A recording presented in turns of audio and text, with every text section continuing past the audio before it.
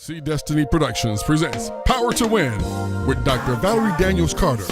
Expect a powerful half-hour broadcast that allows you to engage from the business world to the spiritual world, to be inspired and to be informed. Empowering, enlightening, mentoring, enriching.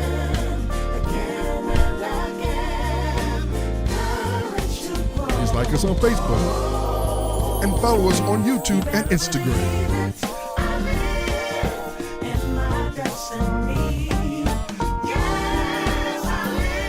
Remember, you have the power to win with Dr. Valerie Daniels Carter.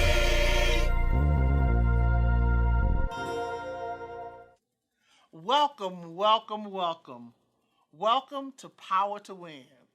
Let me take a moment and open this session of Power to Win in prayer with you tonight. O Lord, our God, how excellent is your name in all of the earth, from the rising of the sun until the going down of the same. Your name is worthy to be praised.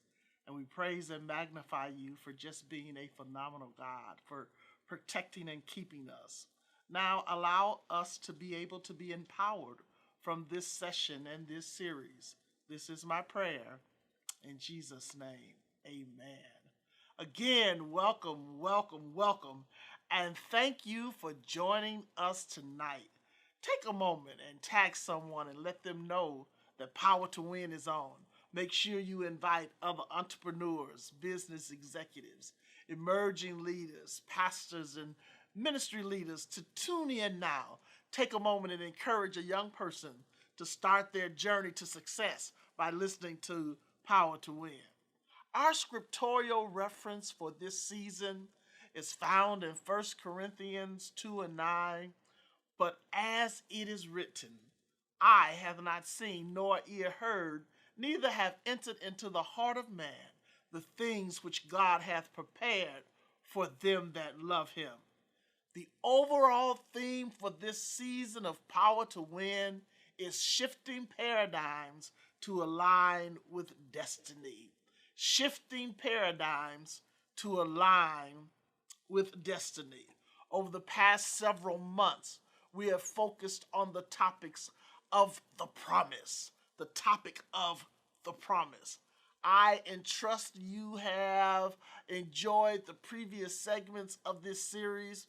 If you missed one, go back to my website, www.valeriedanielscarter.com. Again, that's www.valeriedanielscarter.com. And after selecting the Library Series tab, you can enjoy what has already been shared in relationship to this series. We've discussed the promise of wisdom and knowledge, the promise of favor and insight, the promise of peace beyond understanding, the promise of health, healing, and wellness, the promise of divine protection, and the promise of good success. And tonight we will finalize our focus relative to the topic of the promise of wealth and increase. The promise of wealth and increase. Dr. Garba and Carol Brown did a phenomenal job in sharing with us over the last several weeks nuggets on this very critical topic. I believe the combination of salvation and wealth is powerful and achievable for each and every believer through faith, focus, and humility. What did I say? It's achievable. How do you get it? Through faith, focus, and humility. One must be careful not to idolize your increase, but allow it to work with you and not define you. You should not allow your wealth or what your increase has brought to you to define you. You should use it properly. Wealth is not just about financial resources. Let's just talk about that for a second. Now, don't get me wrong, financial resources are great to have and we all want them, but it's not just about financial resources. It's about responsibly balancing and managing various resources to obtain increase or knowledge. The wealth of knowledge and understanding, the wealth of financial worth, and the wealth of relationships are really important when we're dealing with the totality of life. Let me say those three things again. The wealth of knowledge and understanding, the wealth of financial worth, and the wealth of relationships. Those are three critical, what I call foundation points to the totality of life. Let's first talk about financial success. Financial success is often defined as the ability to achieve one's financial goals and maintain a stable financial situation. I'm going to say that one more time. A stable financial situation. It is the state of having enough financial resources to cover all necessary expenses while also having some left over to save for the future and to pursue some of your business or personal financial objectives. It's about being able to take care of your obligations and then having some to set aside to pursue after some personal goals or business objectives that you may have. If you're living from Peter or robbing from Peter, the way they say it, to pay Paul, and living from paycheck to paycheck, you need to go back and really define how you're spending what you have. And we're going to talk about that a little later on. I got something for you, a little story, a challenge that I gave to one of my employees, and they didn't believe it could happen until I showed them it could happen. One of the most important aspects of financial success is having a solid financial plan. And I know sometimes you don't want to take the energy and the effort that it takes to lay out your plan, and then you don't want to take the time required each and every month to measure yourself against your plan. But I gotta tell you, if you really want to be successful, you need to take time to lay out a financial plan of success for yourself, and then every week or every month benchmark yourself against that plan to see where you are. The more frequently you do it, the better off you'll be, because you'll know whether or not you're going to hit your targets by the end of the month. So if your goal is to save $1,000 by the end of this month, every week set aside $250. And then one week you might fall a little short and you can't set that $250 aside. Take care of your obligations and then maybe try to set aside $300. So at the end of the month, when you're looking at the finality of that month, you're saying, hey, I made my goal. And I'm going to tell you something. It's better to have smaller short-term goals and achieve those goals than for you to create some large, unachievable plan and then you become depressed because you don't make it. I'd rather see you save $50 a month and really do it than to say you're going to save $5,000 a month and never do it. Take time to outline your plan. It makes you feel good when you accomplish a goal.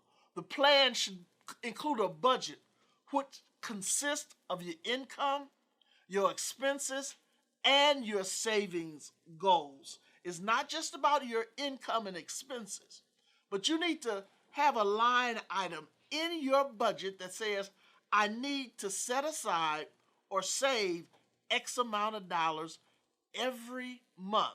And allow that to be just like your mortgage or your food bill or your car bill. It's got to get paid. It should also involve a clear strategy for debt management, investment, and retirement planning. So this is, Val Carter talking to you all tonight on the real side. Very few people understand that you have to have a strategy around debt. You just can't create debt and more debt and more debt and not have a plan to how you intend to pay it off. Credit card companies will give you as many credit cards as you want.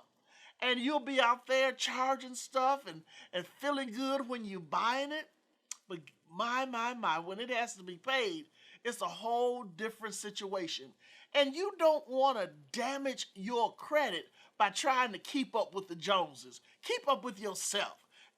I really want to impress that on people. So many times we want to measure success by material things, and that's okay sometimes.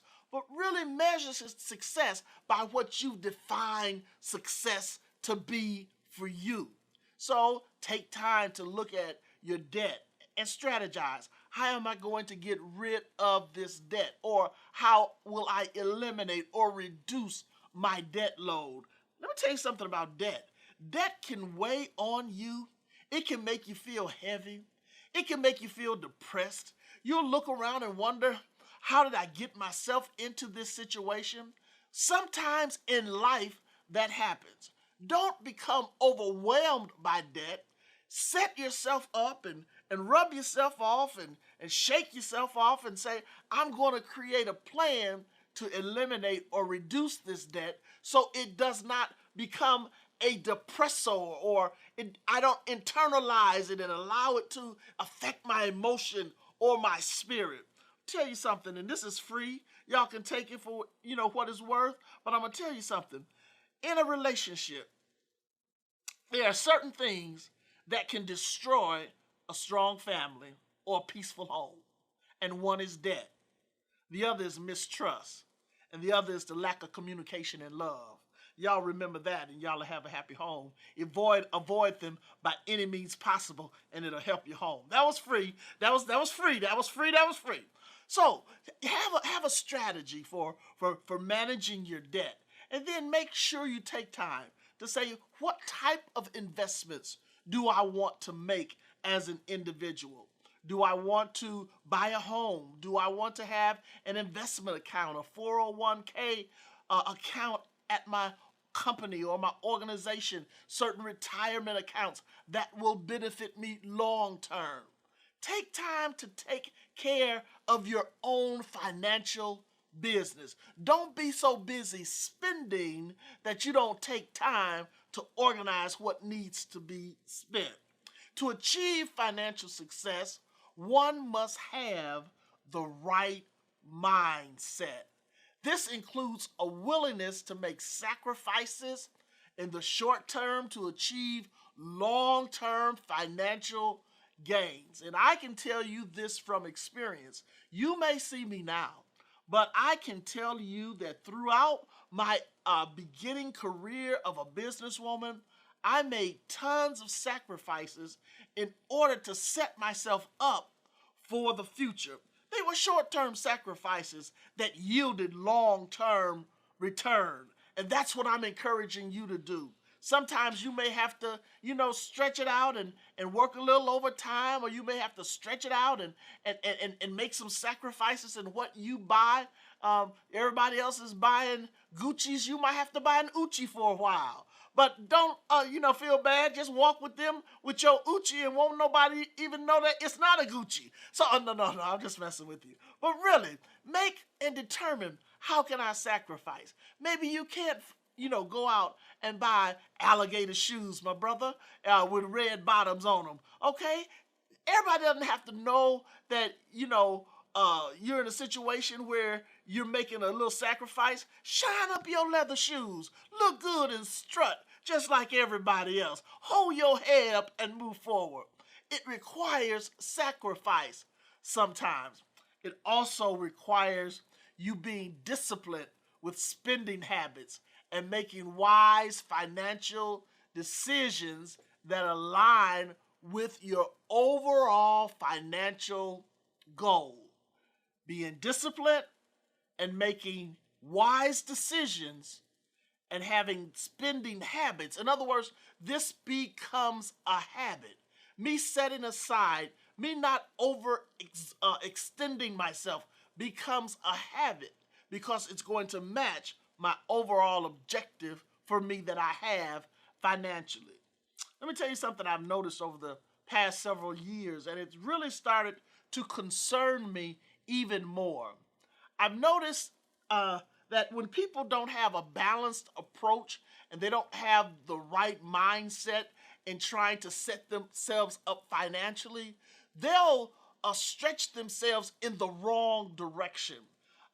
They will use unhealthy means of getting access. Some of the loan companies that charge extreme high interest rates, they'll use that to get access when indeed, in many cases and most cases, it's damaging themselves. The other thing I've noticed is that this young generation has a different approach to stuff. They're so focused on the right now, having an instantaneous moment experience, and having immediate encounters, so much so that they fail to properly understand the importance of a balanced approach and planning for long-term stability. If they're not careful, they will end up with a void of wealth and nothing to show for their life of experiences. They got this thing now, I'm paying for this experience, and they will spend boatloads of money to go on a trip that they can't afford, and they end up spending, I mean, I'm just going to be transparent with you guys. I had a family member, and she and some of her friends went on a vacation, which is good. We all need to take time off and take a vacation, and I'm speaking even to myself tonight. But we all need to take a moment and get a breathe and get away. And I was talking with her. I said, well, where are you guys going? And she told me where they were going. I said, okay. I said, have you guys kind of budgeted where everybody's going to share in? Are you guys sharing? What's going on?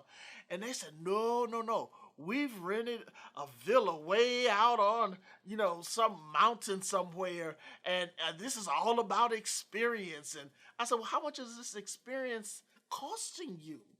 And when she told me how much this experience was costing her, I said, baby, do you recognize that you could buy a brand new whole lot of stuff for what you getting ready to spend in a week? Oh, she says, you don't understand, Aunt Val. I'm almost getting ready to tell y'all who it is. You don't understand, Aunt Val. It's about the experience and having the opportunity. I said, let me share you something with you. Some of this stuff, with social media the way it is now, you can experience online and still have a whole lot of money in your pocket. It's nothing wrong, and I'm not saying there's anything wrong with having exotic vacations if you can afford them and if you don't need the money. But don't just do something to try to keep up so you can be in a room with other people and say, yeah, well, I went here and I did that. And, it didn't bother them to go there and do that, but you broke as Job's turkey when you leave the social event.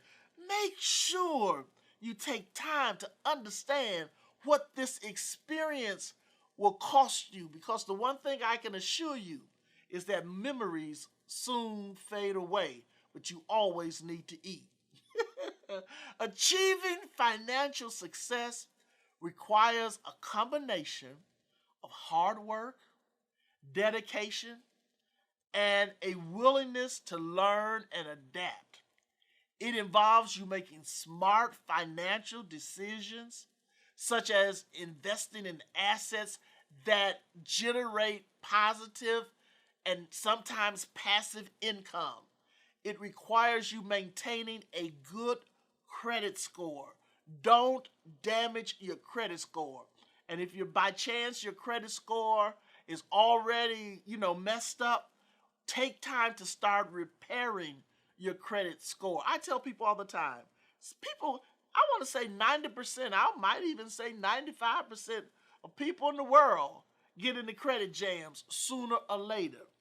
It's recognizing, number one, that I've gotten in this credit jam, I've messed up my credit score, so now what can I do to repair my credit score? What can I do to make it better? Because bad credit costs you in every category. Bad credit costs you more when you go to get a loan for your house or for a car. Bad credit costs you when you get ready to go to get insurance. Do you know the difference of insurance costs when you have bad credit versus good credit? You can take a person with good credit and all of the savings that they will have compared to somebody that has destroyed their credit almost can make another income for certain people. It is so critically important that you take time to manage your credit score. Check it. See where you are. See what you need to do and work on it. Don't just say, well, it's bad, it's destroyed, and nothing I can do. No. Take time to work on improving your credit score and managing your debt effectively.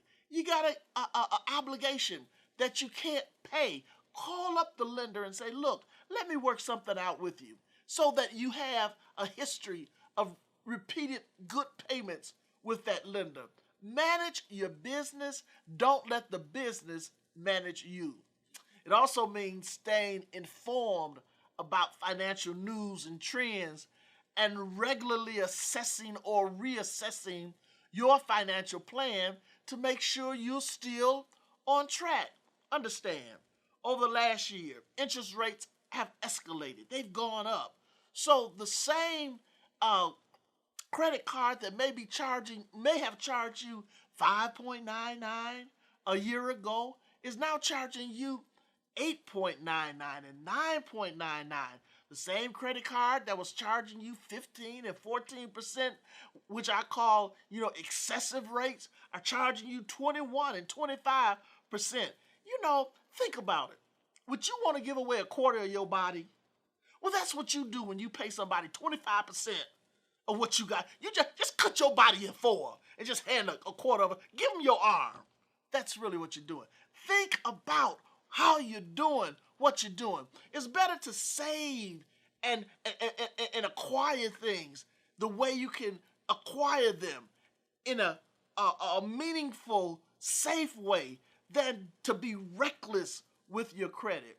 Make sure you stay on track with the things that are important.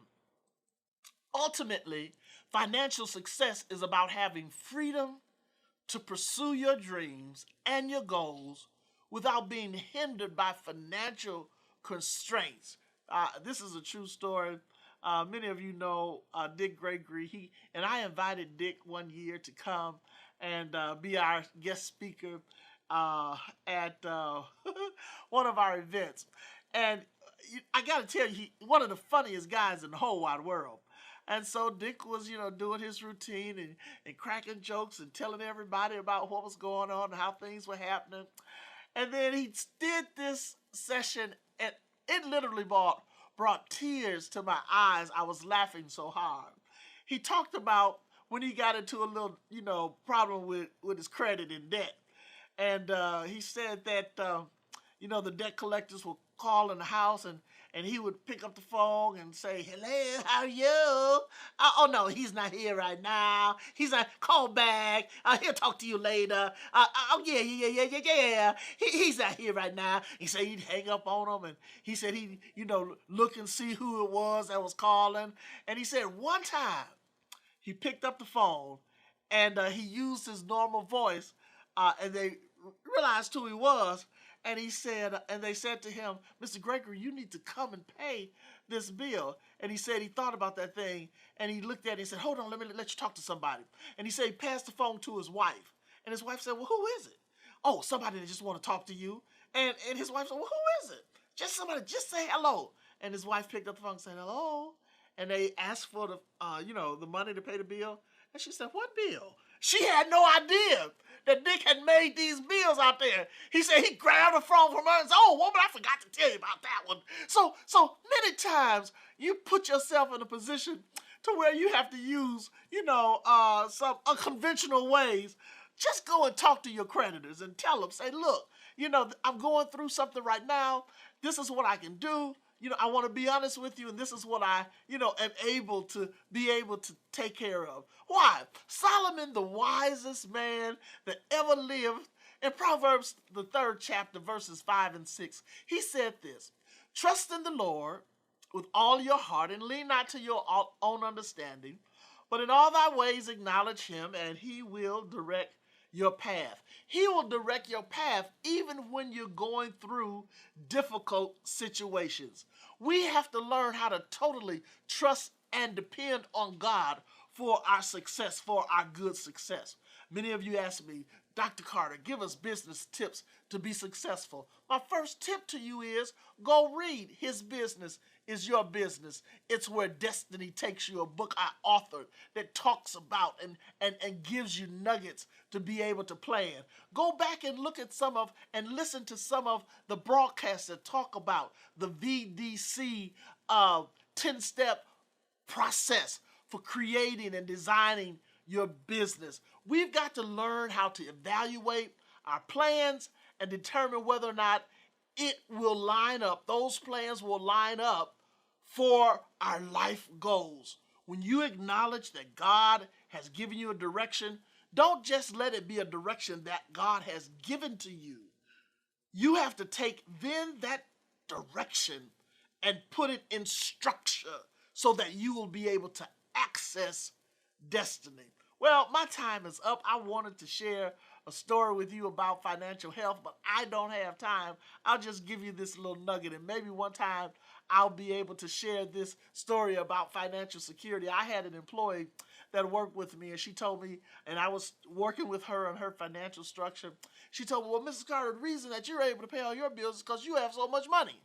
I said, no. I said, if I had your paycheck, I'd be able to pay my bills because I would know how to reduce my bills to manage through my season of making this happen. She says, oh, no, you couldn't take this check you giving me and pay your bills. I said, let's do this. I said, for 6 months, I'm going to make my salary your salary. Now, I'm not going to make my salary your salary. Let me say that. I said, I'm going to make your salary my salary, but I'm not going to make my salary your salary. I said, but I'm going to reduce my salary to your salary, and I'm going to live, and let's see who has the most money after 6 months. And I reduced my salary to her salary, but I also managed my expenses based on her salary. And after 6 months, guess who won? I won. Then I raised my salary back up. But anyway, all I want to tell you is that life can be fulfilling. Don't overextend yourself. Learn how to define your own path, and everybody's path is not going to be the same. Use the resources that God has given you to be able to fulfill your life, and be happy with what you have, because greater is He that is in you than he that is in the world, and He will allow you to have greater abundance. The key to getting greater abundance is when you give. Be a tither, when you pray, and when you fast. My time is out. Let me close in prayer with you. O Lord our God, how excellent is thy name in all of the earth. From the rising of the sun until the going down of the same, your name is worthy to be praised. And even these individuals, God, that desire to have increase in financial health, I pray that you will give them the wisdom, the knowledge, and understanding as to how to do it and how to navigate to the place of total financial freedom. This is my prayer in Jesus' name. Amen. Thank you so much for joining with me tonight. You don't want to miss a single Tuesday night. I'm looking for you to join me next week. And remember, too, this is the place for Tuesday night chat. And start your chat party every Tuesday night. The promise is yours for the asking. Remember to like us and follow us on Facebook, Instagram, and subscribe to our YouTube channel. And remember to visit my website at www.valeriedanielscarter.com. Until next Tuesday, and God bless you, and know that you have the power to win. We're so glad you joined us tonight. Please like us on Facebook and follow us on YouTube and Instagram. We look forward to seeing you next week. Remember, you have the power to win with Dr. Valerie Daniels Carter.